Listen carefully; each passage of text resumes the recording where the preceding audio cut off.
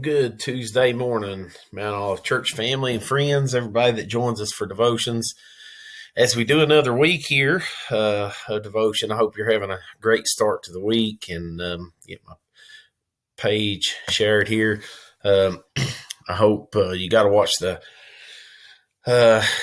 pastor's devotion for Monday on the call, and I know he used Moses. I'm gonna speak on the call too that Don spoke on Sunday, and talk a little bit, just real quickly, kind of a little bit of how that went along with me, where that hit with me, and a little bit on the mission trip. I hope you got to watch Brother Don Sunday. So thankful for what God's done in his life and how he's used him, and so glad that him and Sister Pam got to come be with us. So he also, Don did, he touched on the scripture of Isaiah 6:8. So I want to use that one today and talk just for a minute or two here about how that spoke to me. So I'll read the scripture here. Isaiah 6:8 says, "Also I heard the voice of the Lord saying, Whom shall I send, and who will go for us? Then said I, Here am I, send me." And I highlighted that, here am I, send me. And I want you to look at how quick, I want you to think too of how quick Isaiah was to answer here. And if you look at the 7 scriptures leading up to that, you see that Isaiah is talking about the time and place, and that he's a man of unclean lips, and that his lips were purged, the sin was purged from him. And so I want you to think of that, of Isaiah being a changed man. I want you to think of that, of him being changed. And so when he is, he's totally ready. He's totally ready to accept God's call and do whatever that is. And here I am, send me. I want to ask you this today. Have you ever said that? Have you ever said, okay, God, here I am. Here I am. Whatever you need, you show me and I'll do it. And I think if we're all honest, I think most of us at one time have said that. Now, the challenge is, or the biggest question is, how many times have you followed through with that? How many times have you followed through? Or when God said, okay, all right, you asked, Jody, you ask. So this is what I want. Oh, wait a minute, Lord. No, wait a minute. Here I am. Send me, but not there. Or send me, but I need to go here. How many times do we put that on God? I know I have.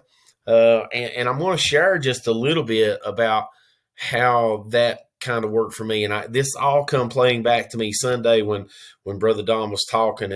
And maybe you were sitting there Sunday. Maybe you're watching this devotion, and you've thought about the mission trips. You've thought about that. And listen, I'm going to tell you right now, everybody's not going to go on one. Okay. I get it. I understand. I totally do. But I so wanted to go a few years ago.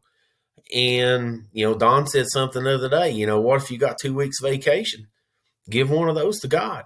There was a time when I was looking a few years ago, and I've been so blessed the last few years here with my job and what God's given me and blessed me with, that I'm allowed more opportunities and to do that, to be able to approach that. Everybody doesn't have that opportunity with their work. And I get it. One time I was saying, I'm going to get 1 week. I'm spending it, with my family. And, so last year it was, or 2 years ago, is all right. You know what? My family will go too. And Chas and Maddie were able to go with me. And I pray one day Lauren will go with me, but let me get on with this. But here I am, seeing me. So I would say that to God, and I would say, Lord, I want to go. I want to go. Well, all right, here's your opportunity. Now, wait a minute, God, I can't do that. Or what about this? I want to throw this out there too. How many times have you said, okay, God, send me? You know what one of my biggest problems was that I used to use for an excuse, and I'll just call it what it is. And I would always say, you know what? There's so much stuff to do right here. There's so much stuff that we can do right here at home. not only in Wise County, but in the state of Virginia, United States, that we can do missionary work. And that is so true. That is so true. But if you're saying that, are you doing it? Ouch and amen for me, because that's one of the things that I used to say too. And like I said, traveling to Nicaragua is there's no maybe. It's not for everybody. No, probably it's not for everybody. It's not. Everybody's not going to go, and I get that. But like Don mentioned the other day, it's time to step across the railroad tracks. It's time to step across, and there's so many things that we can be doing right here. But I was always one of those people that I would say, "Here I am, Lord, send me, send me." Well, wait a minute, not if it means that. And that's something that I've tried. We always ask God to do stuff for us, so we got to do our part sometimes too. Sometimes God will open that door, but we got to take our steps too. And so I wanted to share with you, if you've been debating on doing mission trips, and I know the feelings. Your pastor told you Sunday just how scared he was and the things that he went through. Listen, I'm going to tell you something. It totally changed my life. It totally changed my life. If I could have stayed another week at that time, I would have. I would have just stayed. And I know that I couldn't do that, but I wanted to share a little something with you. If you can see this, I hope you can. It's kind of glaring in the light a little bit. So one of my favorite things that and one thing that Don mentioned Sunday is training people and training missionaries, and I believe that with all my heart, that him and Sister Pam do such a great job with that. But he gives these books when you go to Nicaragua, you get this book and you keep up with your days and you make notes, and there's everything in there from your God moments to the devotions that we do. And I would always make my notes, and you can see here, you're not going to be able to read my notes, but that's all my writing. So, wake up at 5:30. I shared, this was the day that I shared the devotion that morning with the group, and actually talked about Paul and Barnabas, and I've got all this wrote down here. But I was looking back through this, and I wanted to share one thing.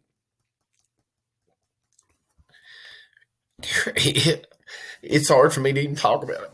I wanted to share one thing that I wrote here. And it said the evening men trip that night, I think the ladies had went to the hospital or somewhere. We went to the men had went to another village and done a men's visit, and met with the men of that village. And if I'm pronouncing this right, it's El Arado or El Arado, Arado, I think is how can't read my own writing.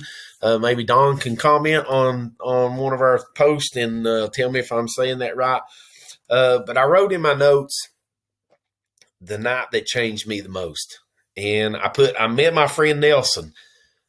He was about a 10 or 11-year-old young man. And I wrote down how he slowed down and tried to speak to me, tried to speak English to me. But that night he went to 4 houses. I have this wrote down. He went to 4 houses just trying to find a basketball so we could play. And I wrote in my notes, I will go see this young man again.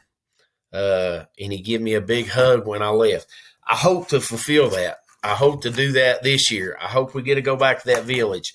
Don, if you're watching, I need to go back to that village when we go back. So I hope that works out. But I wanted to share the last couple of things with you. This was just a couple of pictures I wanted to kind of show you. And I know you've seen pictures, and I'm getting on the 9-minute mark. I've got to shut up. It's like a long-winded Sunday morning service. So this is a picture of Chas doing medical. This was her favorite young man that she met throughout the trip, and we done medical this day out of their house, and she's giving medicines and stuff out to families, and she has a doctor there with her that's actually from Nicaragua. And so this young man here, he never left her side. Even after the end of the day, from the medicine she took him through the soup line, he wouldn't leave her. And so that was okay. So let me go on. The next one here, you see a picture. How many things do we take for granted? I got so frustrated this weekend at Maddie's cheer competition because we couldn't all sit together, and they had us all spread out. And man, oh man, I just complained and I whined and I cried. And, these kids here, Maddie blowing bubbles and Chas in the background blowing bubbles and Hannah's over here blowing bubbles or drawing something. That was their day. They absolutely loved it. They thought it was the grandest thing in the world. I've been too long. I love you guys, and I hope you have a great day.